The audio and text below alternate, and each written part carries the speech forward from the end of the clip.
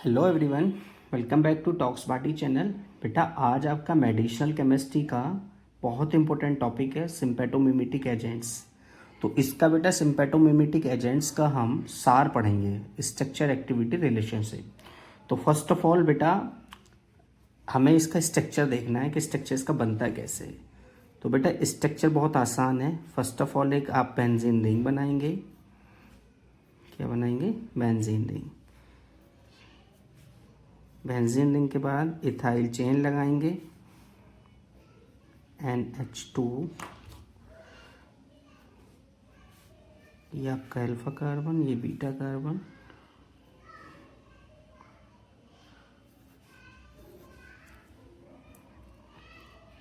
तो बेटा ये आपका क्या है?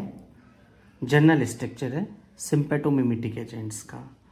तो बेटा इसमें बेसिक स्ट्रक्चर जो है अल्फा और बीटा कार्बन का रोल क्या है, मतलब कि इस वाले कार्बन का और इस वाले कार्बन का इसमें रोल क्या है, ये अमाइन ग्रुप जो लगा है इसका क्या रोल है, तो इसी चीज़ को हम पढ़ेंगे। तो बेटा स्टार्ट करते हैं। बेसिक स्ट्रक्चर जो मैंने बताया आपको, ये जो आपका रिंग है वो बेंजीन रिंग कहलाएगा। बेंजीन रिंग के बाद ये जो पूरी आपकी जो चेन लगी हुई है ये इथाइल चेन बोल सकते हो आप, क्योंकि इसके अंदर 2 कार्बन है। और ये जो ग्रुप लगा हुआ है इसको आपको अमाइन ग्रुप बोलोगे। ठीक है, ये है आपका जर्नल स्ट्रक्चर। तो बेटा जर्नल स्ट्रक्चर में मैंने आपको बता दिया क्या क्या होता है। एक बेंजीन रिंग है, इथाइल चेन लगी हुई है, ठीक है, और इथाइल चेन के बाद एक अमाइन ग्रुप लगा हुआ है। तो बेटा सबसे पहले ये बेसिक स्ट्रक्चर आप एक बार अपने नोट डाउन करो, बना के देखो कैसे बनता है। अब मैं आपको इसका 1 बाय 1 सार बताऊंगा कि सार क्या है। तो बेटा पहला जो है वो है any additional group beta carbon atom greatly increases alpha and beta receptor agonist activity. ठीक है, तो ये हमारा पहला। इसमें आपको देखो क्या क्या चीज़, any additional group of beta carbon, अगर कोई बीटा कार्बन पे कोई एडिशनल ग्रुप हम लगा देते हैं तो greatly increase alpha and beta receptor agonist activity. ठीक है, तो रूल मैंने बताया इसका, रूल नंबर 1 पढ़ो, देखो क्या है। इसको याद रखना बेटा, अगर बीटा कार्बन पे कोई भी एडिशनल ग्रुप ऐड करते हैं तो अल्फा और beta receptor agonist activity increase होती है।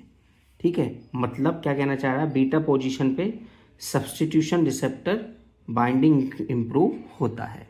ठीक है, इस वाले रिसेप्टर पे। तो ये यूजुअली डायरेक्ट एक्टिंग एक्टिविटी को क्या करता है, इन्हांस करता है। इसके बाद बेटा सेकेंड पॉइंट जो है हमारा वो क्या कहलाएगा, any additional group on alpha carbon atom increases half life by inhibiting MAO. MAO means monoamine oxidase, and also allow the drug to act as an indirect sympatomimetic agent. इसका मतलब समझो बेटा, ये एग्ज़ाम में बहुत ज़्यादा पूछा जाता है। समझो, अगर अल्फा कार्बन पे, मतलब कि इस वाले कार्बन पे, अल्फा कार्बन पर एडिशनल ग्रुप ऐड होता है, अल्फा कार्बन पे क्या होता है, एडिशनल ग्रुप ऐड होता है, तो बेटा MAO मतलब मोनोमाइन ऑक्सीडेज मेटाबॉलिज्म से प्रोटेक्शन मिलती है। पहली चीज तो ये है। और ड्रग्स इनडायरेक्ट सिमेटोमिमेटिक्स की तरह भी एक्ट कर सकती है। सिंपल लाइन में अगर देखें तो अल्फा सब्स्टिट्यूशन में क्या है, MAO से प्रोटेक्शन और ड्यूरेशन क्या हो रहा है, इंक्रीज हो रहा है।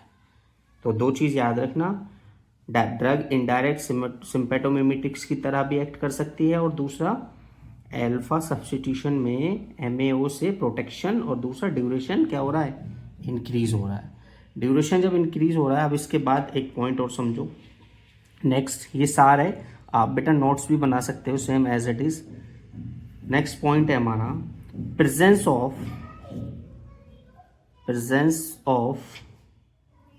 Amino group, presence of amino group on phenyl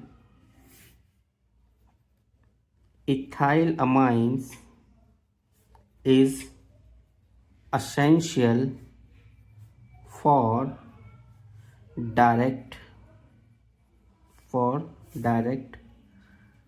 agonist activity। इसका मतलब समझो, फिनाइल इथाइल अमाइन स्ट्रक्चर में जो अमीनो ग्रुप है, मतलब कि बेटा ये वाला जो ग्रुप है का प्रेजेंट होना एसेंशियल है। पहली बात तो ये है, अगर अमाइन ग्रुप नहीं होगा तो क्या होगा, देखो, तो डायरेक्ट अगोनिस्ट एक्टिविटी नहीं मिलेगी। क्या नहीं मिलेगी अगर अमाइन ग्रुप नहीं होगा, तब की बात है। इसलिए अमाइन ग्रुप रिसेप्टर इंटरेक्शन के लिए ज़रूरी है। ये वाला जो ग्रुप है वो रिसेप्टर इंटरेक्शन के लिए क्या है, एसेंशियल है। नेक्स्ट पॉइंट पढ़ते हैं बेटा, presence of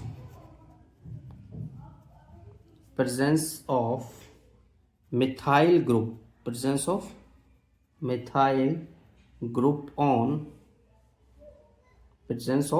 group and amine increases alpha selectivity, the smaller the group, the more alpha effect is there,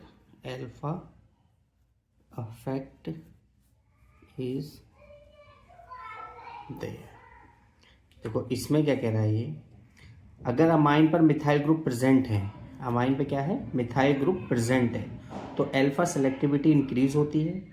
और याद रखो, छोटा ग्रुप ज़्यादा अल्फा इफेक्ट देता है, बड़ा ग्रुप के मतलब बीटा इफेक्ट इंक्रीज करता है। ये ध्यान रखना, छोटा ग्रुप क्या कहता है, ज़्यादा अल्फा इफेक्ट देता है कंपैरिजन करें बड़ा ग्रुप के। बड़ा ग्रुप बेटा बीटा इफेक्ट को इंक्रीज करेगा, याद रखना। बड़ा ग्रुप को लगाओगे तो बीटा इफेक्ट को इंक्रीज करेगा, और छोटा लगाओगे तो वो अल्फा ग्रुप को मतलब अल्फा इफेक्ट को ज़्यादा इंक्रीज करेगा। इसलिए बल्कि सब्स्टिट्यूशन बीटा रिसेप्टर सेलेक्टिविटी को फेवर करता है। फाइनली एक हमारा नेक्स्ट पॉइंट जो है वो है बेटा presence of OH group on first and second position, पहली और दूसरी पोजीशन पे increases potency at both alpha and beta receptors.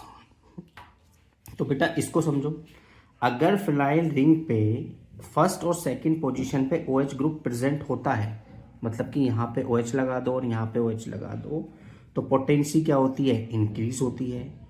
Alpha और बीटा दोनों रिसेप्टर पर एक्टिविटी इंक्रीज होती है, तो इसीलिए कैटाकॉल स्ट्रक्चर OH ड्रग ज़्यादा पोटेंट होती है। ठीक है बेटा, तो इसको बहुत अच्छे से देखना। एक बार मैं आपको स्ट्रक्चर बनाना सिखा देता हूँ। स्ट्रक्चर कैसे बनाते हैं, देखो स्ट्रक्चर आप पहले एक बेंजीन रिंग बनाएंगे। ये बेंजीन रिंग बनाया, ये benzene ring first position, second position, तो चेन लगा देंगे इथाइल चेन। इसको अल्फा कार्बन, इसको बीटा कार्बन और ये अमाइन ग्रुप। ये क्या सिम्पेटोमिमेटिक डिस्क का journal structure. Thank you so much for watching this video बेटा। ऐसे ही वीडियो देखते रहना, 1 बाय 1 ड्रग्स की वीडियो आती रहेंगी आपके पास।